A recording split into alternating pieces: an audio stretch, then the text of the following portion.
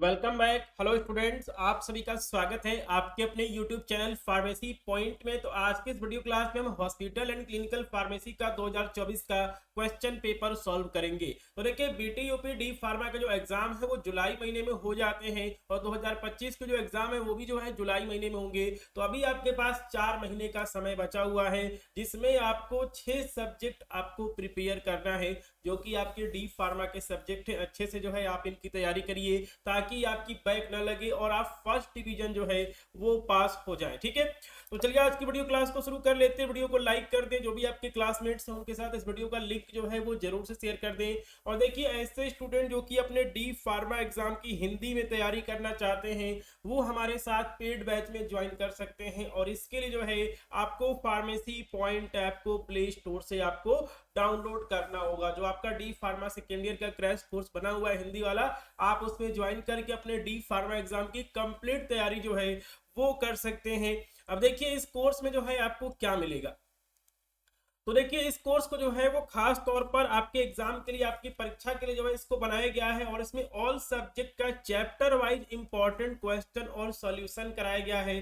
2024 में जितने भी क्वेश्चन कराए गए थे 90% क्वेश्चन जो है वो एग्जाम में पूछा गया था। तो मैंने आपको यहाँ पर जितने भी क्वेश्चन कराए हैं पेड बैच में, अगर आप इसको तैयार करते हैं तो आपकी 100% आपकी बैक नहीं लगेगी, आप फर्स्ट डिवीजन से पास होंगे। बशर्ते आपको सारे क्वेश्चन और जो उनका आंसर है वो आपको प्रिपेयर करना होगा।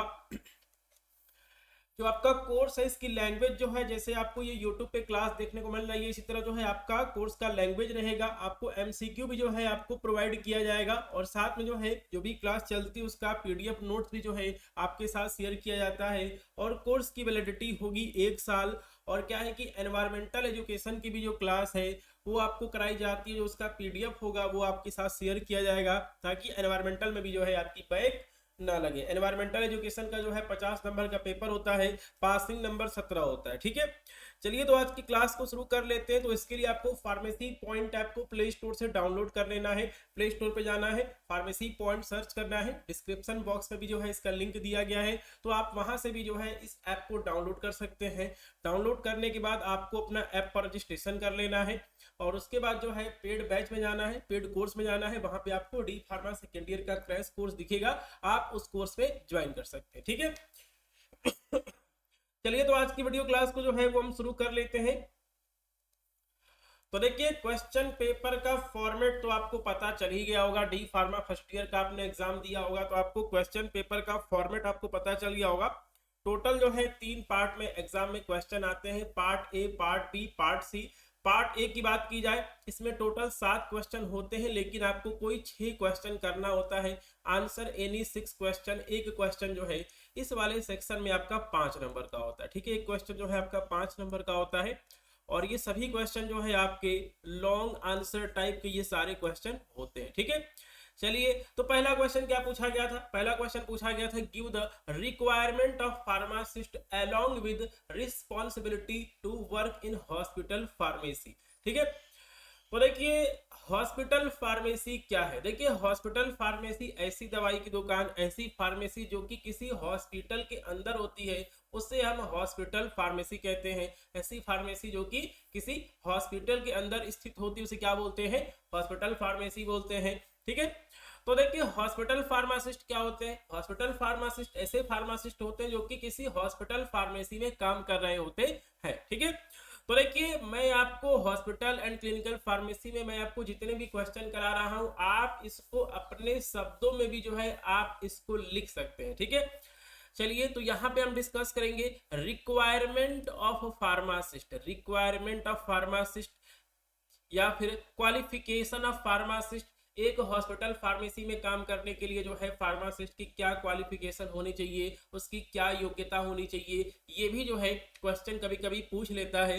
दोनों का आंसर एक ही रहेगा। ठीक है, इसके साथ में responsibilities to work in hospital pharmacy. अगर कोई हॉस्पिटल फार्मासिस्ट है तो उसका कार्य क्या है, उसका फंक्शन क्या है, उसकी रिस्पॉन्सिबिलिटी क्या है, ये क्वेश्चन जो है वो पूछता है। ठीक है, और इसका भी जो आंसर है वही हम यहाँ पे लिखेंगे। ठीक है, चलिए तो सबसे पहले बात करते हैं requirement of pharmacist in hospital pharmacy. तो यहाँ पे हमने लिखा हुआ है part A answer number 1। Answer number 1 जो है वो हमने यहाँ पर लिखा हुआ है। बोले कि हॉस्पिटल फार्मेसी में काम करने के लिए, कार्य करने के लिए फार्मासिस्ट के पास निम्नलिखित योग्यताएं और स्किल होनी आवश्यक है। ठीक है, तो देखिए कौन कौन से क्वालिफिकेशन है, कौन कौन सी स्किल है जो कि एक फार्मासिस्ट के पास होना चाहिए अगर वो हॉस्पिटल फार्मासिस्ट के रूप में काम करना चाहता है। ठीक है, सबसे पहले हम बात करेंगे यहाँ पर एजुकेशनल क्वालिफिकेशन की, शैक्षणिक योग्यता की। ठीक है, तो इसके लिए बी फार्मा या फिर डी फार्मा की डिग्री आवश्यक होती है, और जो कुछ आपके उच्च पद हैं, हायर पोजीशन है, वहां पे एम फार्म या फिर फार्म डी डिग्री जो है वो आवश्यक होती है। तो सबसे पहले हमने एजुकेशनल क्वालिफिकेशन के बारे में हमने डिस्कस किया है कि एक हॉस्पिटल फार्मासिस्ट का जो है एजुकेशनल क्वालिफिकेशन कितना होना चाहिए। ठीक है, न्यूनतम योग्यता जो है वो आपकी डिप्लोमा इन फार्मेसी होती है। ठीक है, इसके बाद है आपका रजिस्ट्रेशन यानी कि पंजीकरण। तो स्टेट फार्मेसी काउंसिल में फार्मासिस्ट का रजिस्ट्रेशन, पंजीकरण होना अनिवार्य है। देखिए जब आप अपना डी फार्मा, बी फार्मा, अगर आप अपना फार्मेसी का डिग्री, डिप्लोमा अगर आप कंप्लीट कर लेते हैं तो आप तब तक एक रजिस्टर्ड फार्मासिस्ट नहीं होते हैं जब तक कि आपका स्टेट फार्मेसी काउंसिल में रजिस्ट्रेशन नहीं हो जाता। स्टेट फार्मेसी काउंसिल में रजिस्ट्रेशन होने के बाद ही जो है आप एक रजिस्टर्ड फार्मासिस्ट होते हैं और अपनी फार्मेसी चला सकते हैं या फिर किसी फार्मेसी में आप जॉब कर सकते हैं। ठीक है, तो चलिए इसके बाद हम चलते हैं अगले पेज पे। तीसरा है टेक्निकल नॉलेज। आपका तीसरा पॉइंट है टेक्निकल नॉलेज यानी कि तकनीकी ज्ञान। तो देखिए जो हमारा कोर्स है फार्मेसी का, इसमें हमें दवाओं की स्ट्रक्चर, दवाओं की संरचना, उनके उपयोग, उनके एप्लीकेशन, उनके यूजेस के बारे में पढ़ाया जाता है, ड्रग इंटरेक्शन के बारे में पढ़ाया जाता है, साइड इफेक्ट के बारे में जो है वो हमें पढ़ाया जाता है। ठीक है, तो फार्मासिस्ट के पास जो है टेक्निकल नॉलेज, तकनीकी ज्ञान होना चाहिए जिसमें लिखा गया है दवाओं की संरचना, उनके उपयोग, ड्रग इंटरेक्शन और साइड इफेक्ट का ज्ञान फार्मासिस्ट को होना चाहिए, ज्ञान आवश्यक होता है। ठीक है, आपका चौथा पॉइंट है क्लिनिकल स्किल। तो फार्मासिस्ट के पास क्लिनिकल स्किल भी होना चाहिए। तो क्या लिखा गया है, रोगी यानी कि मरीजों की दवा से जुड़ी आवश्यकताओं को समझना और उन्हें सही सलाह देने आना चाहिए। अगला पॉइंट है आपका कम्युनिकेशन स्किल। डॉक्टर, नर्स और मरीजों के साथ सही बातचीत करने की क्षमता होनी चाहिए। ठीक है, अगला पॉइंट है आपका प्रबंधन क्षमता। ठीक है, मैनेजमेंट स्किल। तो हॉस्पिटल फार्मेसी का संचालन करने के लिए दवाओं का स्टॉक आपको मैनेज करना पड़ेगा, आपको रिकॉर्ड में जो है, ठीक है, रिकॉर्ड मेंटेनेंस करना पड़ेगा। तो इन सभी कार्य जो है आपको आने चाहिए। ठीक है, और अगला है आपका नैतिकता और पेशेवर व्यवहार, एथिक्स एंड प्रोफेशनलिज्म।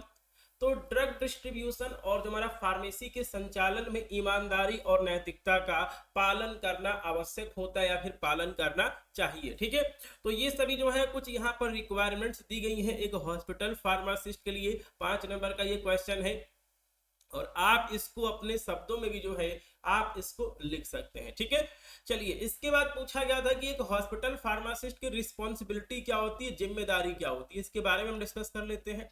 हेडिंग है responsibility of pharmacist in hospital pharmacy. तो देखिए एक फार्मासिस्ट चाहे किसी हॉस्पिटल फार्मेसी में काम करे या फिर वो अपनी खुद की फार्मेसी चलाए, वो अपनी खुद की कम्युनिटी फार्मेसी चलाए, उसका जो काम होता है वो लगभग एक ही होता है, इसमें जो है कुछ ज्यादा अंतर नहीं होता है। चलिए तो हम यहाँ पर एक एक करके सबके बारे में डिस्कस कर लेते हैं। तो हॉस्पिटल फार्मासिस्ट की मुख्य जिम्मेदारियां निम्नलिखित होती हैं। पहला है डिस्पेंसिंग ऑफ मेडिसिन या फिर ड्रग डिस्ट्रीब्यूशन। तो डॉक्टर के प्रिस्क्रिप्शन के अनुसार मरीजों को सही दवा सही मात्रा में प्रदान करना फार्मासिस्ट का मुख्य कार्य होता है। ठीक है, दूसरा है ड्रग थेरेपी मॉनिटरिंग। तो मरीजों को दी जाने वाली दवाओं के इफेक्ट यानी कि प्रभाव, एडवर्स इफेक्ट, दुष्प्रभाव और ड्रग इंटरेक्शन की निगरानी करना भी फार्मासिस्ट की एक जिम्मेदारी होती है। तो ये आपकी हॉस्पिटल फार्मासिस्ट की जिम्मेदारी है। तो देखिए हॉस्पिटल में जो भी पेशेंट भर्ती हैं उनके ऊपर जो है दवाओं का क्या प्रभाव पड़ रहा है, क्या दुष्प्रभाव पड़ रहा है, एडवर्स इफेक्ट पड़ रहा है और क्या कोई ड्रग इंटरेक्शन हो रहा है, इसकी निगरानी करना जो है एक फार्मासिस्ट का यहाँ पर उसका उत्तरदायित्व है। ठीक है, अगला है आपका इन्वेंट्री मैनेजमेंट। देखिए जो भी आपका स्टॉक है, हॉस्पिटल फार्मेसी में दवाओं का सही स्टॉक रखना, आवश्यक जो भी आपकी दवाइयां हैं उनकी समय पर खरीद को सुनिश्चित करना, ये सभी जो है फार्मासिस्ट का एक कार्य है, रिस्पॉन्सिबिलिटी है। ठीक है, अगला है रोगियों यानी कि मरीजों को परामर्श देना, पेशेंट काउंसलिंग। ठीक है, पेशेंट काउंसलिंग तो मरीजों को उनकी, ठीक है, मरीजों को उनकी दवाओं के सही उपयोग, खुराक यानी कि डोजेज, दुष्प्रभाव यानी कि एडवर्स इफेक्ट और संभावित सावधानियों के बारे में जानकारी देना। ठीक है, अगले पॉइंट की बात की जाए, डॉक्टरों और नर्सों की सहायता, असिस्टिंग डॉक्टर्स एंड नर्सेज।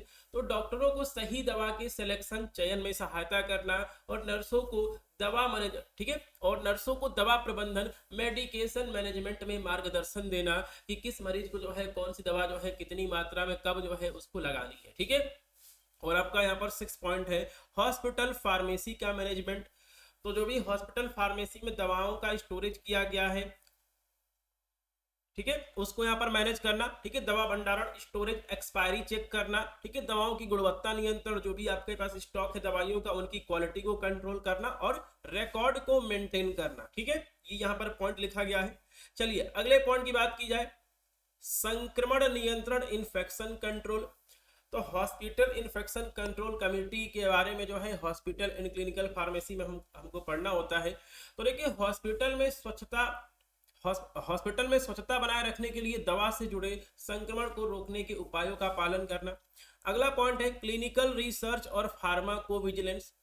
तो क्या लिखा गया है यहाँ पर, ठीक है, नई दवाओं के प्रभावों की निगरानी करना और किसी भी प्रतिकूल प्रतिक्रिया, एडवर्स ड्रग रिएक्शन की रिपोर्टिंग करना। इमरजेंसी मेडिकल सपोर्ट, तो आपातकालीन स्थितियों में आवश्यक दवाओं की उपलब्धता को सुनिश्चित करना और आपातकालीन चिकित्सा टीम, इमरजेंसी मेडिकल टीम को सहयोग देना। तो टोटल जो है 9 पॉइंट्स को हमने यहाँ पे डिस्कस किया है कि एक हॉस्पिटल फार्मासिस्ट की क्या रिस्पॉन्सिबिलिटी होती है। आप इसको अगर समझ गए होंगे तो आप इसको अपने शब्दों में भी जो है वो लिख सकते हैं कि एक हॉस्पिटल फार्मासिस्ट की जिम्मेदारी क्या होती है। ठीक है, हॉस्पिटल फार्मासिस्ट की क्या जिम्मेदारी होती है। अगर आप चाहें तो आप इसको हेडिंग डाल के इस तरह प्रॉपर तरीके से भी आप इसको लिख सकते हैं, या फिर नंबरिंग करके भी जो है 1 नंबर 2 नंबर 3 नंबर ऐसे करके भी जो है आप इसका आंसर लिख सकते हैं। लेकिन अगर आप यहाँ पर सिस्टमिक तरीके से हेडिंग डाल के अगर आप सभी टॉपिक्स को लिखेंगे तो बहुत अच्छा रहेगा आपके लिए भी, और जो आपका एग्जामिनर होगा वो भी जो है आपको अच्छे नंबर देगा। ठीक है, चलिए तो पहला जो क्वेश्चन है वो हमारा कंप्लीट हो चुका है। अब हम चलते हैं क्वेश्चन नंबर 2 पे। क्वेश्चन नंबर पूछा गया है, right in brief the procedure of purchase of drug. देखिए यहाँ पे क्या लिखा गया है, ब्रीफ। ब्रीफ का मतलब क्या होता है, ब्रीफ का मतलब होता है संक्षिप्त, लेकिन हमें संक्षिप्त में नहीं लिखना है क्योंकि ये 5 नंबर का क्वेश्चन है। प्रोसीजर का मतलब क्या होता है, प्रोसीजर का मतलब होता है प्रोसेस, प्रक्रिया। ठीक है, परचेज का मतलब क्या होता है, परचेज का मतलब होता है खरीदारी। ठीक है, खरीदारी होता है। और ड्रग्स का मतलब क्या होता है, दवाइयां। ठीक है, तो देखिए ये हमारा सब्जेक्ट है हॉस्पिटल फार्मेसी, मतलब ऐसी फार्मेसी, ऐसी दवा की दुकान जो कि किसी हॉस्पिटल में होती है। अब हॉस्पिटल आपका सरकारी भी हो सकता है, प्राइवेट भी हो सकता है, छोटा हॉस्पिटल भी हो सकता है, आपका बड़ा हॉस्पिटल भी हो सकता है।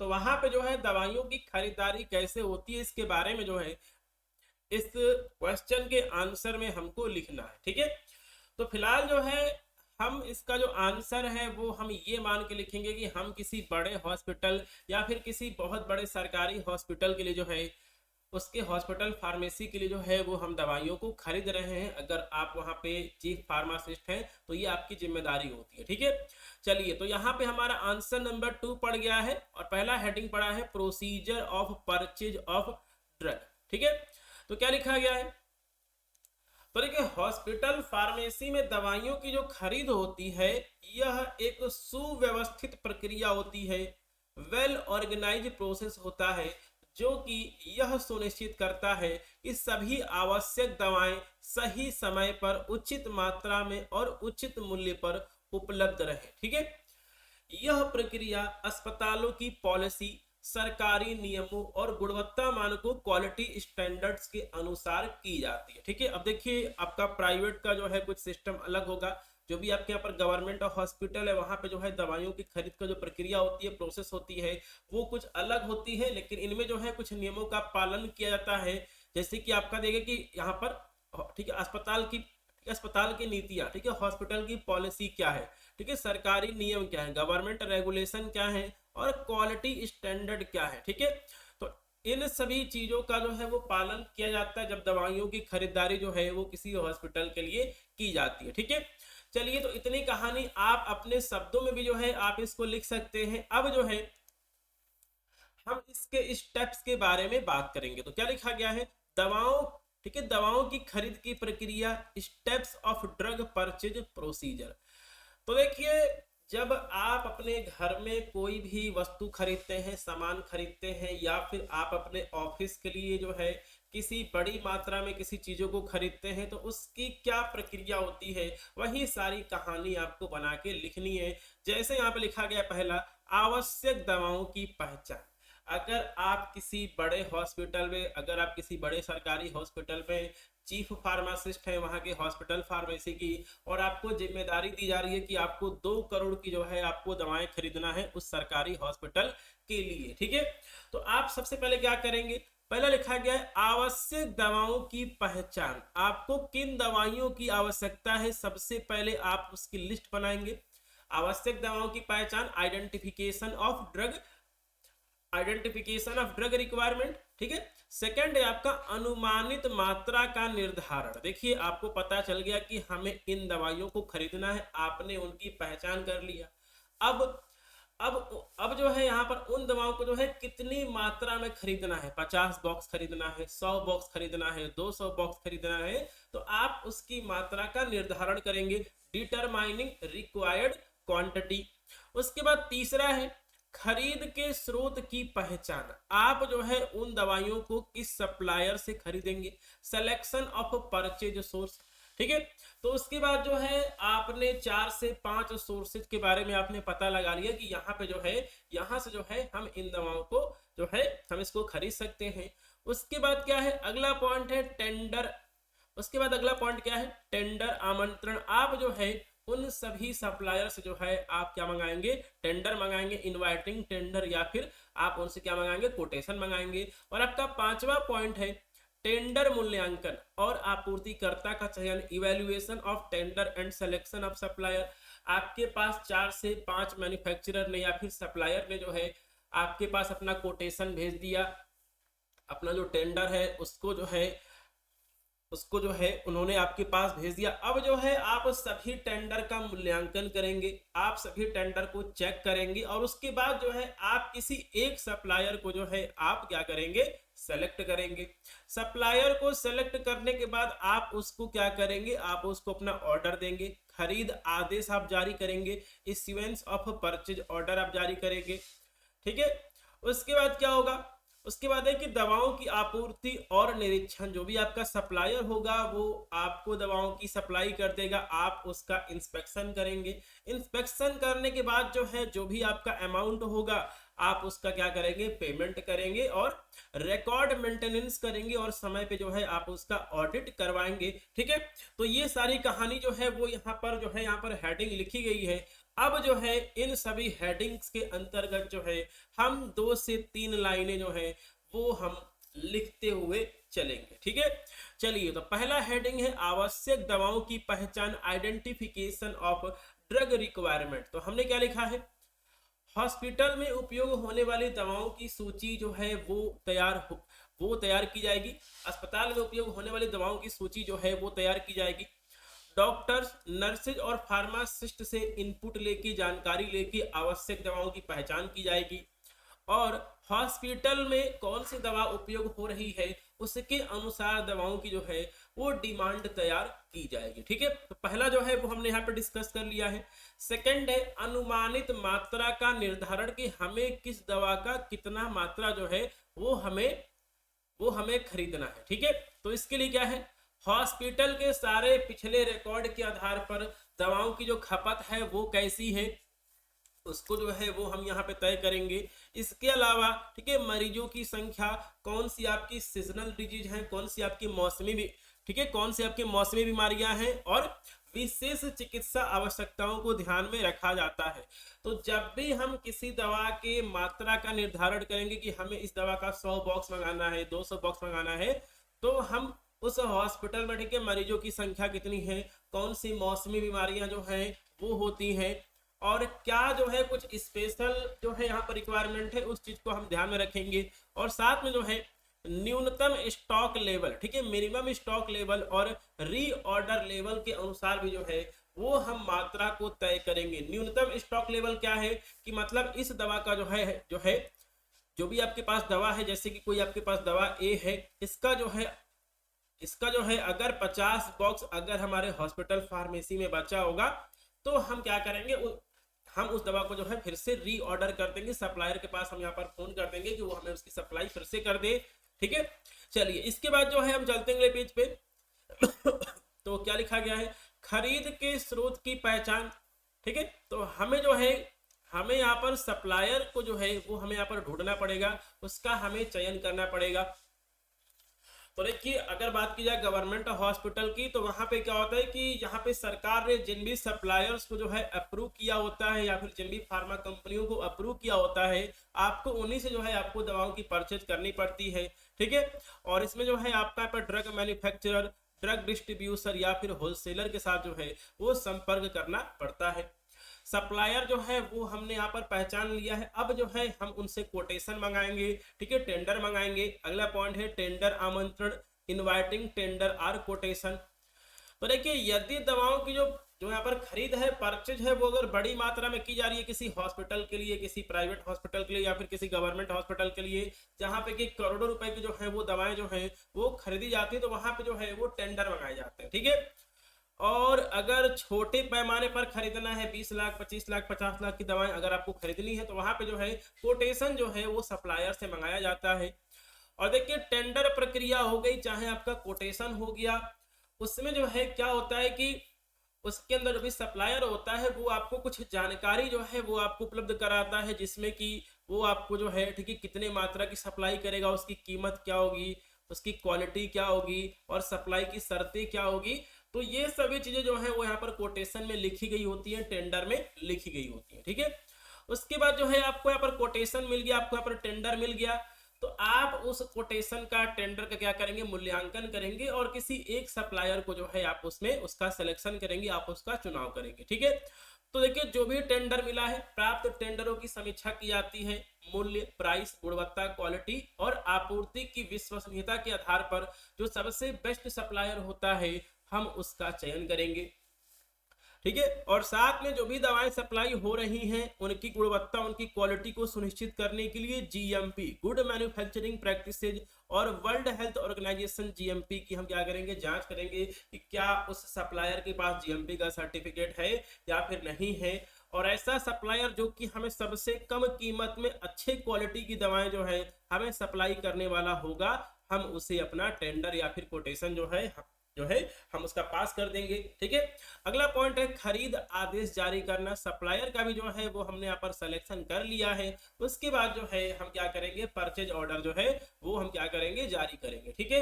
तो हमने जिस भी सप्लायर को जो है वो हमने यहाँ पर अंतिम रूप से हमने उसका चयन किया है, उसको जो है हम परचेज ऑर्डर जो है हम उसको जारी करेंगे। परचेज ऑर्डर में जो है आपके दवा का नाम, उसकी मात्रा, उसका मूल्य, जो भी आपकी सप्लाई की शर्तें होंगी और जो भी आपका डिलीवरी टाइम होगा, सभी चीजें जो है वो परचेज ऑर्डर में लिखी गई होंगी। और देखिए जो आपका परचेज ऑर्डर होगा उसकी एक कॉपी जो है हम यहाँ पर हॉस्पिटल एडमिनिस्ट्रेशन को और एक कॉपी जो है फाइनेंस डिपार्टमेंट को जो है वो भेज दिया जाएगा, ठीक है। चलिए उसके बाद आपके पर अगला पॉइंट होगा दवाओं की आपूर्ति और निरीक्षण, ठीक है। तो उसके बाद जो है सप्लायर ने क्या किया कि आपको सप्लाई जो है उसने आपको यहाँ पर पहुंचा दिया, उसके बाद जो है आप उसका इंस्पेक्शन करेंगे। तरीके सप्लायर द्वारा जो है निर्धारित समय के भीतर दवाओं की सप्लाई कर दी जाती है। जो भी हमें दवाइयाँ मिली हैं उनकी क्वालिटी चेक की जाएगी, जिसमें उसकी एक्सपायरी डेट हो गया, उसका लेबलिंग वगैरह हो गया, पैकेजिंग हो गया, ठीक है, सबकी जो है वो समीक्षा की जाएगी। और अगर सप्लाई में किसी भी तरह का जो है अगर कोई दोष निकलता है या फिर अगर उस दवा की जो है क्वालिटी बेकार है, घटिया है, तो उसको क्या कर दिया जाएगा, सप्लायर को वापस कर दिया जाएगा, ठीक है। अगर सभी चीजें बिल्कुल सही है उसके बाद क्या किया जाएगा, पेमेंट किया जाएगा, भुगतान प्रक्रिया, पेमेंट प्रोसेस। तो दवाओं की सप्लाई के बाद जो है सप्लायर को भुगतान, पेमेंट किया जाएगा। और देखिए यहाँ पर पेमेंट से पहले जो है जो आपका सप्लायर उसका इनवॉइस जो होता है या फिर दूसरे डॉक्यूमेंट्स को जो है वो उसको क्या किया जाएगा, वेरीफाई किया जाएगा। और जो आपका पेमेंट का प्रोसेस है वो जो है आपके ये जो है आपके ठीक है हॉस्पिटल के फाइनेंस डिपार्टमेंट के द्वारा जो है इसको किया जाता है, इसको नियंत्रित किया जाता है। और आपका 8वां स्टेप है रिकॉर्ड मेंटेनेंस और ऑडिट। ठीक है, तो देखिए हॉस्पिटल फार्मेसी के लिए जिन भी दवाओं को खरीदा गया है उनका रिकॉर्ड जो है वो आपको सुरक्षित रखना होगा। ठीक है, और समय समय पे जो है उसका ऑडिट जो है वो किया जाता है ताकि उसके अंदर जो है कोई गड़बड़ी तो नहीं हो रही है। ठीक है, और इसके अलावा जो है जो भी आपके हेल्थ डिपार्टमेंट है या फिर जो भी आपका ड्रग कंट्रोल ऑर्गेनाइजेशन है, जो भी उनके गाइडलाइंस है उनका भी जो है वो पालन किया जाएगा इन सभी प्रक्रियाओं के दौरान। ठीक है, तो देखिए यहाँ पे जो मैंने आंसर लिखा है आप इसको एग्जैक्ट ऐसा ही लिखें, बिल्कुल जरूरी नहीं है, लेकिन एक तरह से आपको आइडिया मिल जाएगा कि आपको आंसर कैसे लिखना है। और अगर आप यहाँ पर हेडिंग वगैरह डाल के अगर आप इसको प्रॉपर तरीके से लिखते हैं तो आपका आंसर बहुत अच्छा हो जाता है, आपको 5 में 5 नंबर भी जो है आपको मिल सकता है। ठीक है,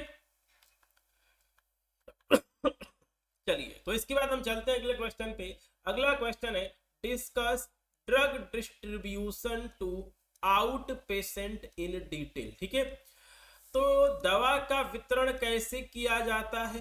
दवा वितरण आउट पेशेंट डिपार्टमेंट्स में, आउट पेशेंट डिपार्टमेंट ओपीडी में जो भी मरीज आते हैं उनको दवाओं का वितरण ड्रग डिस्ट्रीब्यूशन कैसे किया जाता है इसके बारे में जो है वो हमें विस्तार से लिखना है। ठीक है, तो अगर आप किसी सरकारी हॉस्पिटल में जाएंगे, अगर आप किसी जिला अस्पताल में जाएंगे तो वहां पे जो है ओपीडी चलती है। ओपीडी में जो है 200-300 पेशेंट आते हैं सभी अलग अलग डिपार्टमेंट में, और उनको जो है दवाओं की जो है वो सप्लाई या फिर दवाओं की जो यहाँ पर वितरण है वो कैसे किया जाता है इसके बारे में जो है हम बात करेंगे। ठीक है, चलिए तो आंसर नंबर 3 हमारा है, आंसर नंबर 3 है, हेडिंग है drug distribution to out patient. तो देखिए हॉस्पिटल फार्मेसी में आउट पेशेंट्स को ड्रग डिस्ट्रीब्यूशन फार्मासिस्ट का एक महत्वपूर्ण कार्य होता है जिसमें रोगियों को सही दवा सही मात्रा में और सही समय पर जो है वो दिया जाता है। ठीक है, इतनी कहानी हमने यहाँ पर लिख दिया है। हॉस्पिटल फार्मेसी में आउट पेशेंट यानी कि बाह्य रोगियों को दवा वितरण ड्रग डिस्ट्रीब्यूशन एक महत्वपूर्ण कार्य है जिसमें रोगियों को यानी कि मरीजों को सही दवा सही मात्रा में और सही समय पर दी जाती है। अब देखिए आउट पेशेंट क्या होते हैं, तो देखिए बाह्य रोगी यानी कि आउट पेशेंट ऐसे मरीज होते हैं जो कि हॉस्पिटल में भर्ती नहीं होते हैं लेकिन इलाज और दवा लेने के लिए वो जो है हॉस्पिटल की ओपीडी में आते हैं।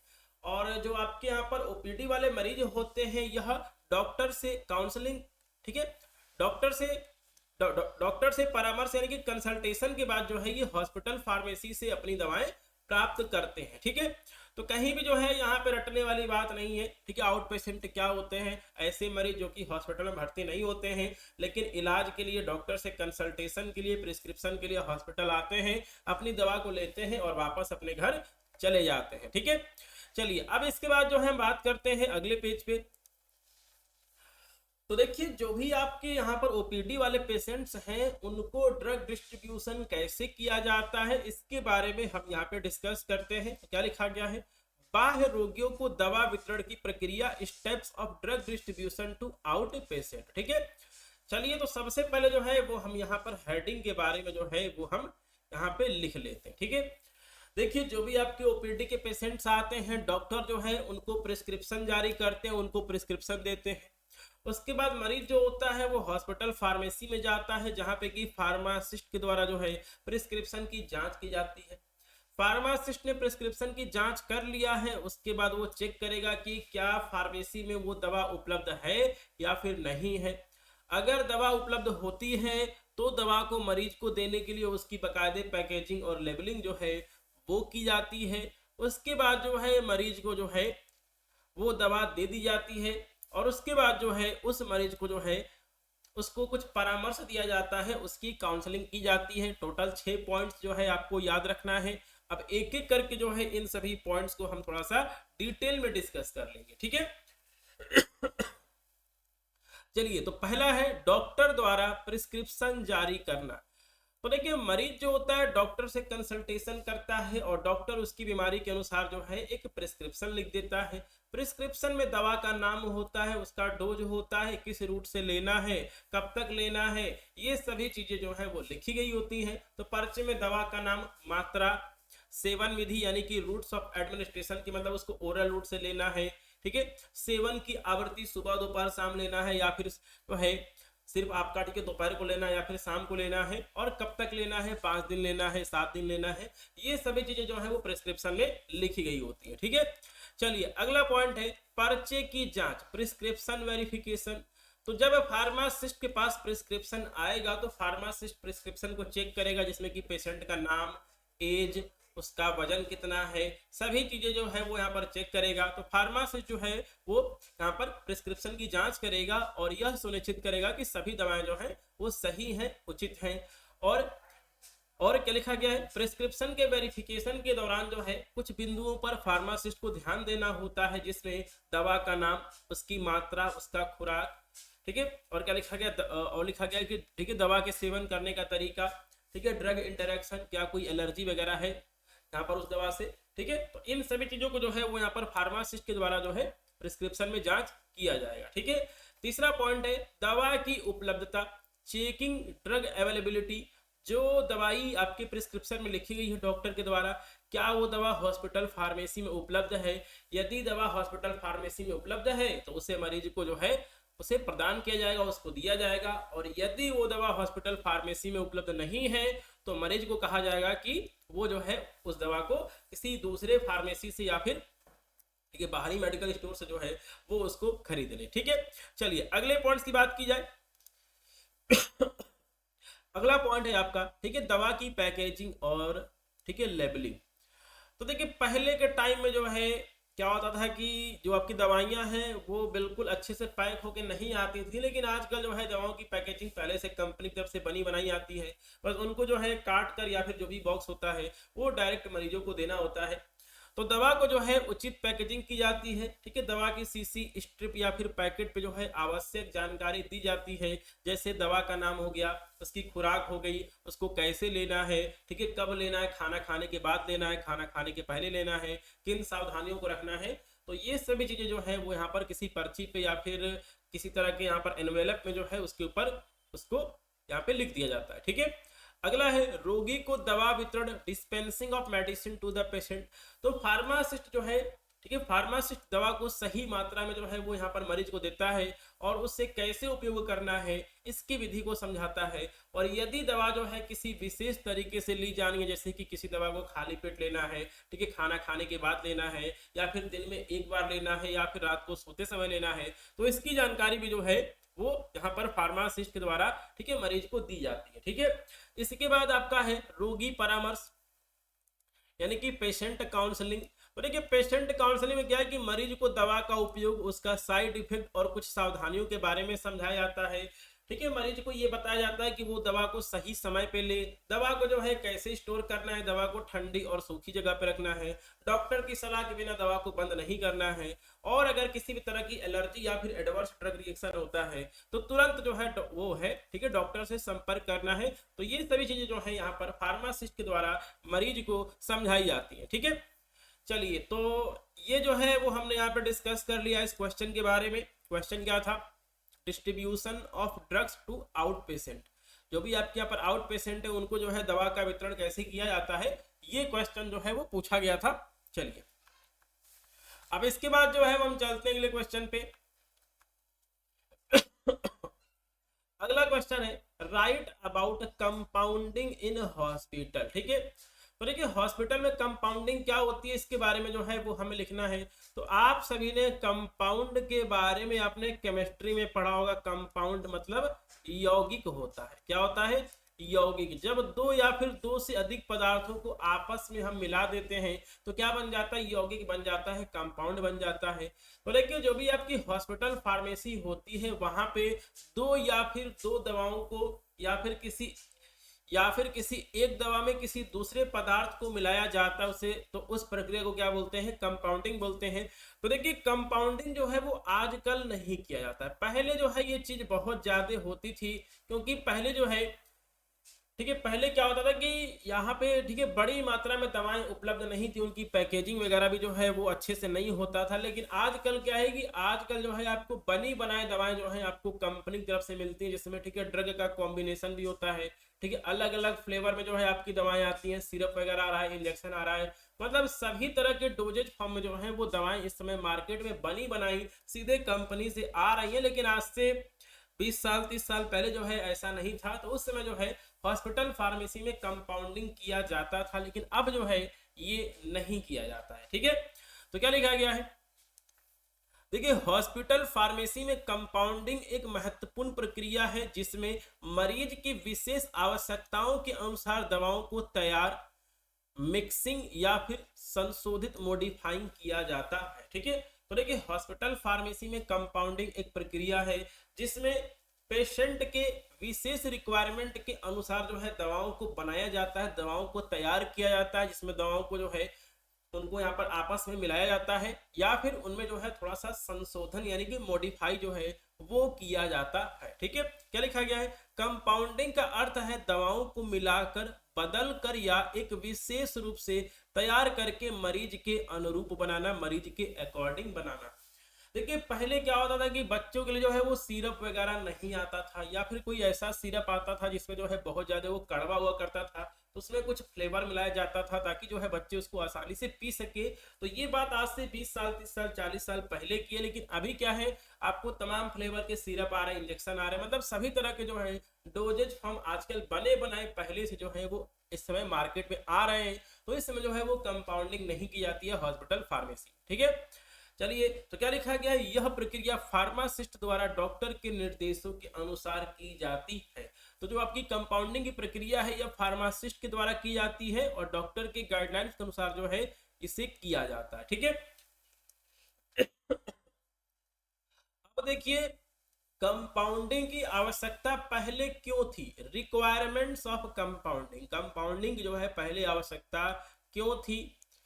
तो क्या लिखा गया है, जब मरीज को विशिष्ट खुराक स्पेसिफिक डोजेज की आवश्यकता होती है। देखिए पहले क्या होता था कि अगर आपका पैरासीटामोल 600 mg का आ रहा है, 650 mg का आ रहा है, लेकिन इस समय क्या है कि आपको पैरासीटामोल आपको 100 mg का मिल जाएगा, 125 mg का मिल जाएगा, मतलब अलग अलग डोज में जो है आपको सारी दवाएं मिल जाएंगी। लेकिन पहले ऐसा नहीं होता था। ठीक है, आपका पर दूसरा पॉइंट है, जब बाजार में उपलब्ध दवा का कोई वैकल्पिक रूप अल्टरनेटिव फॉर्म नहीं होता है। ठीक है, तो ये सभी समस्या जो है वो क्या होती थी, पहले हुआ करती थी, आज से 20 साल 30 साल पहले। अब जो है आपके पास सभी दवाओं का बहुत सारा अल्टरनेटिव फॉर्म जो है वो अवेलेबल होता है। ठीक है, अगला है, जब मरीज को किसी विशेष फ्लेवर या ठीक है बिना एलर्जी वाला दवा चाहिए, ये भी जो है एक आपकी यहाँ पर वजह हो सकती है। जब बाजार में दवा उपलब्ध नहीं हो और उसे फार्मेसी में तैयार करना हो, जब मरीज को लिक्विड, क्रीम या फिर इंजेक्टेबल फॉर्म में दवा चाहिए लेकिन बाजार में केवल टैबलेट फॉर्म में उपलब्ध हो, तो ये सभी चीजें जो है वो पहले के जमाने में हुआ करती थी। अब क्या है कि सभी आपके जो भी आपके मॉलिक्यूल्स हैं या फिर जो भी आपकी दवाएं हैं वो सभी तरह के डोजेज फॉर्म में अवेलेबल हैं, चाहे सिरप हो गया, क्रीम हो गया, आपका इंजेक्टेबल हो गया। ठीक है, तो पहले जो है ये कंपाउंडिंग की जाती थी और ये उसकी आवश्यकताएं थी। अब चलिए जो आपका यहाँ पर कंपाउंडिंग का प्रोसेस था वो क्या था उसके बारे में जो है वो हम थोड़ा सा जान लेते हैं। 5 नंबर का क्वेश्चन है ये। तो हॉस्पिटल फार्मेसी में कंपाउंडिंग की प्रक्रिया, steps of compounding in hospital pharmacy. ठीक है, चलिए तो पहला स्टेप क्या है, पहले स्टेप के बारे में जो है वो हम डिस्कस कर लेते हैं।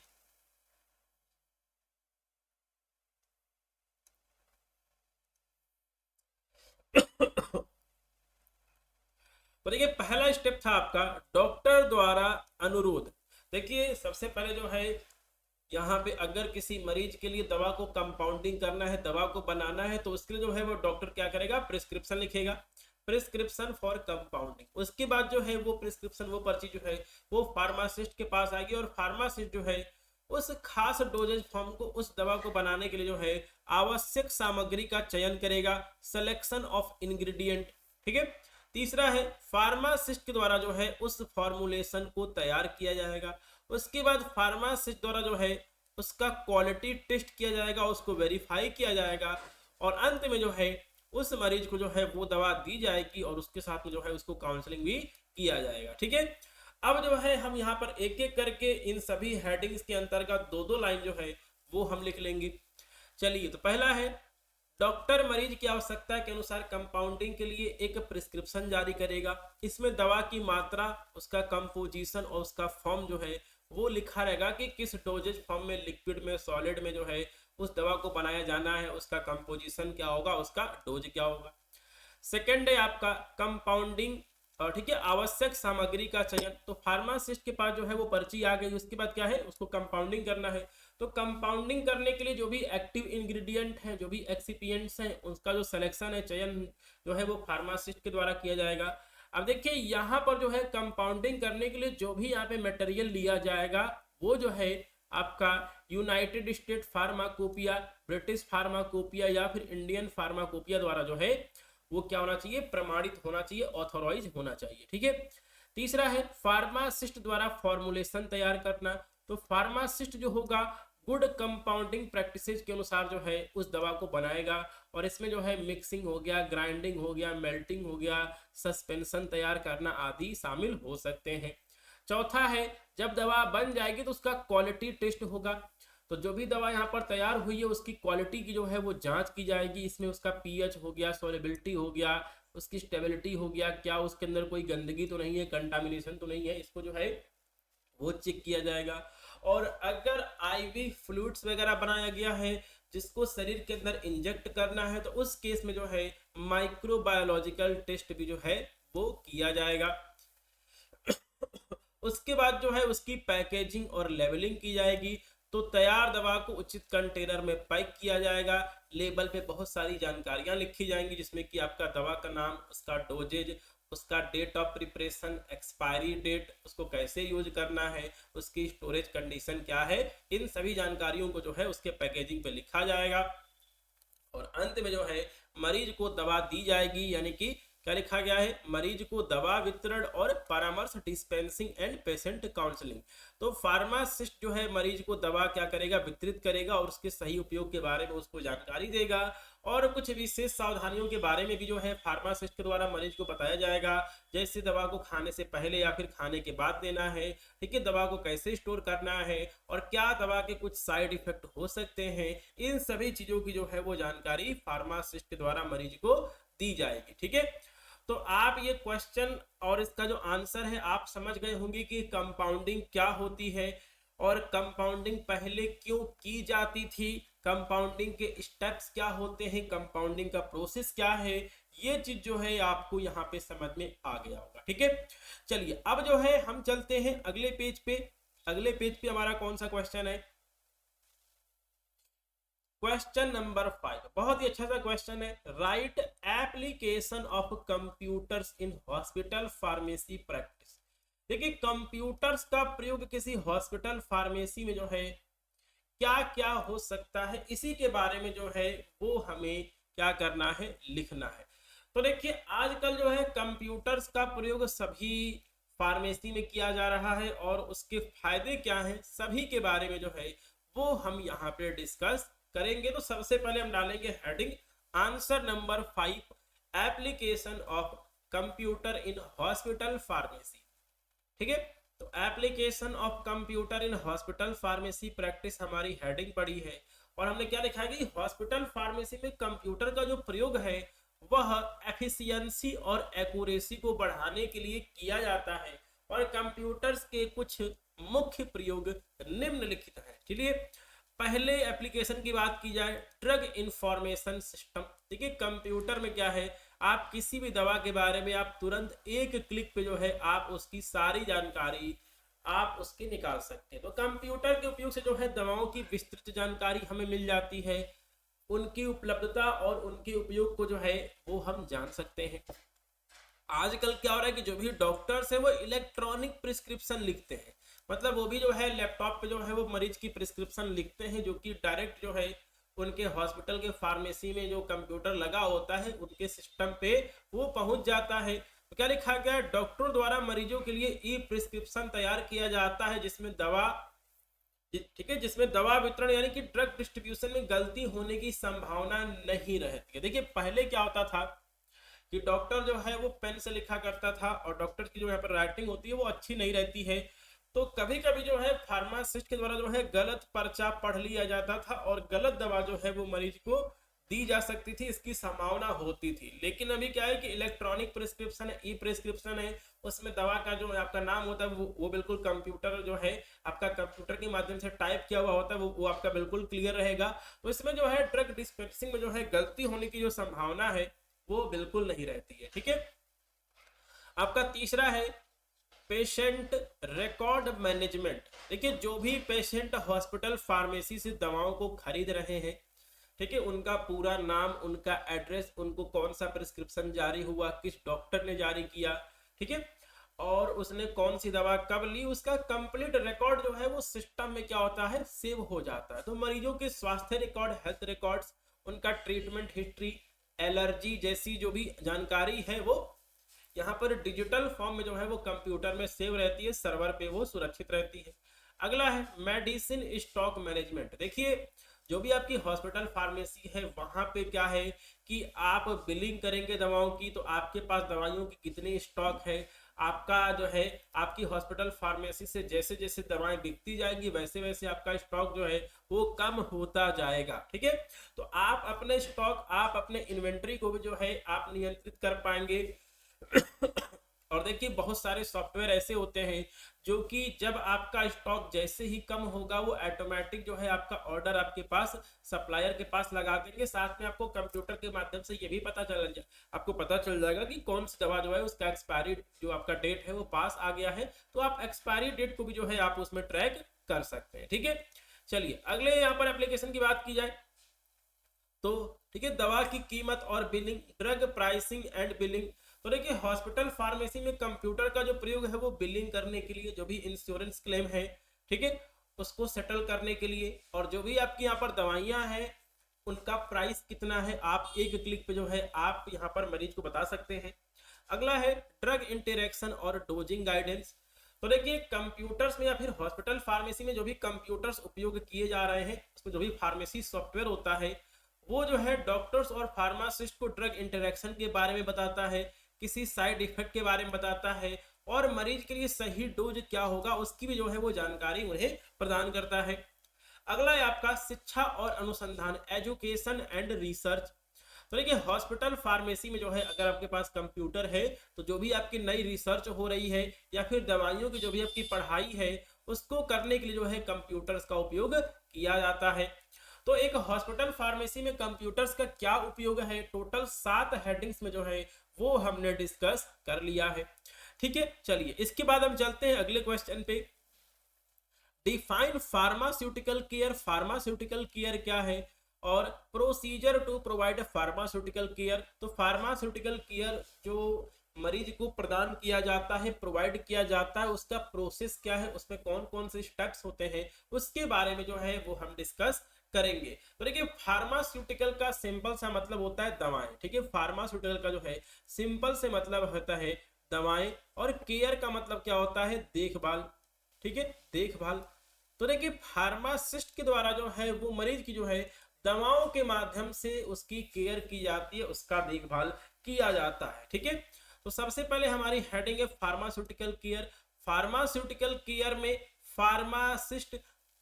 फार्मास्यूटिकल केयर में फार्मासिस्ट जो होता है, ठीक है, मरीजों में दवाओं के सुरक्षित और प्रभावी उपयोग, safe and effective use of medicine को सुनिश्चित करता है। मतलब फार्मास्यूटिकल केयर के माध्यम से फार्मासिस्ट यह सुनिश्चित करता है कि मरीज को जो दवा दी जा रही है वो क्या है, सुरक्षित है और प्रभावी है, सेफ है और इफेक्टिव है। ठीक है, अब देखिए फार्मास्यूटिकल केयर का उद्देश्य क्या है। तो फार्मास्यूटिकल केयर का जो उद्देश्य है वो है आपका, ठीक है, मरीजों की स्वास्थ्य स्थिति, हेल्थ कंडीशन को सुधारना, दवा से संबंधित जो भी समस्याएं हैं, ड्रग रिलेटेड प्रॉब्लम को कम करना, और जो भी उपचार परिणाम आएगा, थेराप्यूटिक आउटकम आएगा उस दवा को प्रयोग होने से, उसको बेहतर बनाना। ये सभी जो है फार्मास्यूटिकल केयर का मुख्य उद्देश्य होता है।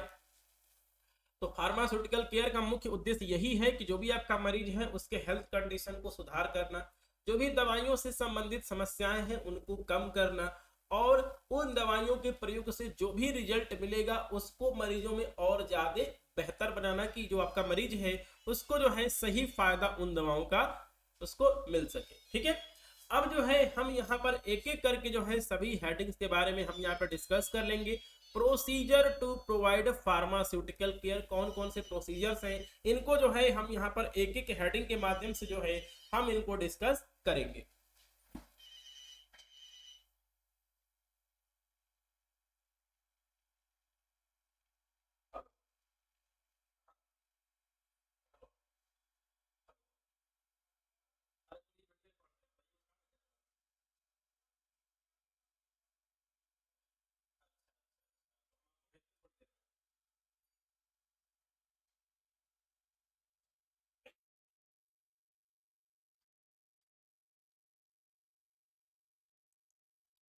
तो देखिए फार्मास्यूटिकल केयर में जो है क्या क्या स्टेप्स होते हैं इसके बारे में जो है वो हम यहाँ पे डिस्कस कर लेते हैं। तो सबसे पहले है इनिशियल पेशेंट असेसमेंट। सबसे पहले जो है वो हम यहाँ पर मरीज का प्रारंभिक मूल्यांकन करेंगे। और इसमें क्या है, इसमें जो है वो हम यहाँ पर पेशेंट की मेडिकल हिस्ट्री चेक करेंगे, उसकी इस समय हेल्थ कंडीशन कैसी है इसको हम चेक करेंगे। अगला है कि पेशेंट जो है, मरीज जो है इस समय कौन सी दवाओं को जो है वो इस समय ले रहा है। ठीक है, तो क्या लिखा गया है, मरीज द्वारा, ठीक है, मरीज द्वारा ली जा रही दवाओं, उनके संभावित दुष्प्रभाव, साइड इफेक्ट और ड्रग इंटरेक्शन, दवा इंटरेक्शन का हम इसका विश्लेषण करेंगे, एनालिसिस करेंगे। और यदि किसी दवा से मरीज को एलर्जी है तो उसके बारे में जो है हम उससे पता लगाएंगे। ठीक है, सेकंड है आपका यहाँ पर, ठीक है, मरीज की दवा थेरेपी की समझ, ठीक है, समीक्षा, मरीज की दवा थेरेपी की समीक्षा, रिव्यू ऑफ मेडिकेशन थेरेपी। और देखिए मरीज के द्वारा जो है इस समय वर्तमान में किन दवाओं का उपयोग किया जा रहा है उसकी हम एक लिस्ट बनाएंगे। उसके बाद हम देखेंगे कि क्या किसी दवा से ड्रग से, ठीक है, ड्रग से ड्रग का इंटरेक्शन हो सकता है या फिर किसी ड्रग का फूड के साथ इंटरेक्शन हो सकता है। ठीक है, दवा का सही डोज, उसका टाइमिंग, उसका रूट्स ऑफ एडमिनिस्ट्रेशन, इन सभी चीजों को जो है वो हम क्या करेंगे, उसको सुनिश्चित करेंगे, इंश्योर करेंगे। उसके बाद तीसरा है, ठीक है, दवा से संबंधित समस्याओं की पहचान, identification of drug related problem, जिसमें कि क्या मरीज को दवा जो है, ठीक है, क्या दी जा रही दवा मरीज की स्थिति के लिए उपयुक्त है। मतलब जो यहाँ पर मरीज को यहाँ पर कंडीशन है, डिजीज है, उसको क्या उसके अनुसार उसको दवा दी जा रही है, क्या मरीज को कम या फिर अधिक मात्रा में दवा दी जा रही है, क्या कोई दवा दूसरी दवा के प्रभाव को बढ़ा या फिर घटा रही है, क्या मरीज को किसी दवा से, ठीक है, गंभीर एडवर्स इफेक्ट हो रहा है, दुष्प्रभाव हो रहा है, क्या मरीज दवा को सही तरीके से ले रहा है या फिर नहीं ले रहा है। तो दवा से संबंधित जो भी समस्याएं हैं उनकी हम पहचान करेंगे। ठीक है, अगला पॉइंट है व्यक्तिगत दवा योजना बनाना। उसके बाद जो है हम एक इंडिविजुअल फार्मास्यूटिकल केयर प्लान बनाएंगे किसी एक मरीज के लिए कि उसकी जो है दवा की रिक्वायरमेंट जो है वो क्या है। ठीक है, तो पहला पॉइंट दिया गया है, ठीक है, मरीज की जरूरतों के अनुसार एक व्यक्तिगत दवा योजना, पर्सनलाइज मेडिकेशन प्लान तैयार की जाएगी। यदि कोई दवा इंटरेक्शन है, ड्रग इंटरेक्शन या फिर समस्या हो तो क्या होगा, दवा के अंदर जो है कुछ बदलाव किया जाएगा और मरीज की रोग की स्थिति और यहाँ पर दूसरे कारणों को ध्यान में रखते हुए जो है हम उपचार की योजना को बनाएंगे, हम उसको अपडेट करते रहेंगे। ठीक है, चलिए अगला पॉइंट है आपका, अगला पॉइंट है, ठीक है, मरीज को शिक्षित करना, पेशेंट एजुकेशन एंड काउंसलिंग। तो इसमें जो है मरीज को जो है दवा की सही जानकारी दी जाएगी कि दवा को कब लेना है, कैसे लेना है, उस दवा के संभावित दुष्प्रभाव, पॉसिबल साइड इफेक्ट क्या हो सकते हैं, किस प्रकार के भोजन को लेना है, किस प्रकार के भोजन को नहीं लेना है, अपने जीवन शैली लाइफ स्टाइल में क्या बदलाव करना है, और मरीज को दवा की सही स्टोरेज के बारे में भी जो है वो इसमें बताया जाता है। अगला पॉइंट है आपका दवा थेरेपी की निगरानी करना। मतलब मरीज को जिन भी दवाओं को दिया गया है उससे मरीज में क्या सुधार हो रहा है इसकी निगरानी की जाती है। क्या मरीज में कोई नया दुष्प्रभाव, साइड इफेक्ट देखने को मिल रहा है, या फिर जो भी दवा दी जा रही है क्या उसका असर मरीज में हो रहा है या फिर नहीं हो रहा है। जो दवा दी जा रही है अगर उसका असर जो है वो मरीज में नहीं हो रहा है तो दवा में जो है वो यहाँ पर बदलाव किया जाएगा और साथ में जो है रेगुलर फॉलोअप किया जाएगा ताकि दवा जो है वो यहाँ पर मरीज में सही से काम कर रही है इसको सुनिश्चित किया जा सके। इसी को हम बोलते हैं ड्रग थेरेपी मॉनिटरिंग, दवा थेरेपी की निगरानी, monitoring and follow up of medication therapy. तो देखिए मैंने आपको जितने भी पॉइंट्स बताए हैं आप हुबहू ऐसा ही लिखें, जरूरी नहीं है, आप इसको अपने शब्दों में भी जो है आप इसको लिख सकते हैं, बस आपको अच्छे से लिखना है। आपको अगर आप यहाँ पर हेडिंग वगैरह डाल के अगर आप इसको प्रॉपर तरीके से लिखते हैं तो आपको अच्छा नंबर मिलेगा, ठीक है।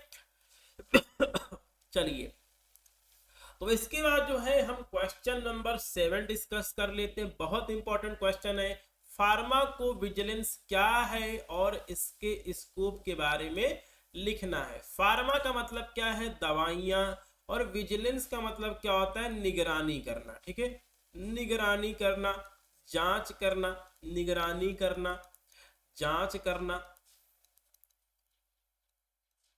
ठीक है। चलिए, तो फार्माकोविजिलेंस है क्या। देखिए, फार्माकोविजिलेंस एक साइंस है, ऐसी एक्टिविटी है जिसका जो उद्देश्य है क्या है, फार्माकोविजिलेंस। फार्माकोविजिलेंस जो है एक विज्ञान है, साइंस है, एक्टिविटी है, जो कि यह सुनिश्चित करती है जो भी आपकी दवाइयां हैं, ड्रग्स हैं, उनके एडवर्स इफेक्ट, साइड इफेक्ट की ये क्या करती है, ठीक है, निगरानी करती है, और दवाइयों की सुरक्षा को जो है ये सुनिश्चित इंश्योर करने का काम करती है। फार्माकोविजिलेंस जो है मेडिकल साइंस का एक बहुत ही महत्वपूर्ण फील्ड है, इंपॉर्टेंट फील्ड है, जो कि दवा उपयोग, ड्रग यूज से जुड़े हुए जो भी रिस्क है उनको पहचानती है, उसका मूल्यांकन करती है और उसको रोकने का काम करती है, ठीक है। तो फार्माकोविजिलेंस क्या है, आप यहाँ पर समझ गए होंगे। फार्माकोविजिलेंस जो है हमारे मेडिकल साइंस की एक ब्रांच है, और इसका उद्देश्य है दवाओं के एडवर्स इफेक्ट को चेक करना, उसकी निगरानी करना, दवाओं की सुरक्षा को सुनिश्चित करना, और दवा के उपयोग से जुड़े जो भी खतरे हैं उनको ये पहचानती है, ठीक है, उसका मूल्यांकन करती है, और उसको कैसे कम किया जाए, उसको कैसे रोका जाए, इस पर जो है ये एजेंसी काम करती है, ठीक है। चलिए, अब थोड़ा सा हम फार्माकोविजिलेंस के बारे में हम यहाँ पे डिस्कस कर लेते हैं, ठीक है। तो देखिए, भारत में जो है फार्माकोविजिलेंस को pharmacovigilance programme of India PVPI के द्वारा जो है इसको नियंत्रित किया जाता है, जो कि central drug standard control organisation CDSO के अंतर्गत जो है कार्य करता है। भारत सरकार ने वर्ष 2010 में जो है फार्माकोविजिलेंस प्रोग्राम ऑफ इंडिया पीवीपीवाई की जो है इसकी शुरुआत की थी, और उसका उद्देश्य था, ठीक है, दवाओं की सुरक्षा निगरानी, ड्रग सेफ्टी मॉनिटरिंग और एडवर्स ड्रग रिएक्शन की रिपोर्टिंग को बढ़ावा देना था, ठीक है। उसके बाद फार्माकोविजिलेंस प्रोग्राम ऑफ इंडिया का मुख्यालय कहाँ पे है, Indian pharmacopoeia commission IPC Ghaziabad में जो है इसका मुख्यालय स्थित है। तो इन सभी चीजों को जो है आप थोड़ा सा यहाँ पर याद रखेंगे। चलिए, तो फार्माकोविजिलेंस के बारे में जो है काफी कुछ हमने लिख लिया है कि भारत में जो है फार्माकोविजिलेंस की कंडीशन क्या है वो हमने यहाँ पे लिखा है। अब जो है हम यहाँ पर इसके स्कोप के बारे में या फिर फंक्शन ऑफ फार्माकोविजिलेंस के बारे में डिस्कस करेंगे कि फार्माकोविजिलेंस का स्कोप क्या है, ये कार्य क्या करता है। पहला है औषधीय सुरक्षा निगरानी, ड्रग सेफ्टी मॉनिटरिंग। तो देखिए, मार्केट में जो दवाएं पहले से बिक रही हैं क्या उनसे कोई साइड इफेक्ट हो रहा है, इस चीज की निगरानी करना, और साथ में फार्माकोविजिलेंस प्रोग्राम ऑफ इंडिया जो है वह वर्ल्ड हेल्थ ऑर्गेनाइजेशन उपासना मॉनिटरिंग सेंटर जैसी जो आपकी दूसरी संस्थाएं हैं दूसरे देशों में, उनके साथ जो है ये एडवर्स ड्रग रिएक्शन का एनालिसिस करता है, विश्लेषण करता है, ठीक है। चलिए, अगला है आपका ADR डिटेक्शन एंड रिपोर्टिंग। अगर किसी भी दवा से किसी भी तरह का जो है एडवर्स ड्रग रिएक्शन हो रहा है तो ये उसकी पहचान करता है और उसको रिपोर्ट करता है, ठीक है। तो दवाओं से होने वाले एडवर्स इवेंट्स को ये पहचानता है, उसकी रिपोर्ट करता है, और जो भी हेल्थ केयर प्रोफेशनल है जैसे कि मरीज हो गया, फार्मास्यूटिकल कंपनी हो गई, डॉक्टर्स हो गए, वो जो है एडवर्स ड्रग रिएक्शन की रिपोर्टिंग करते हैं कि इस दवा से जो है मरीजों में ये चीज देखने को मिल रही है, ठीक है।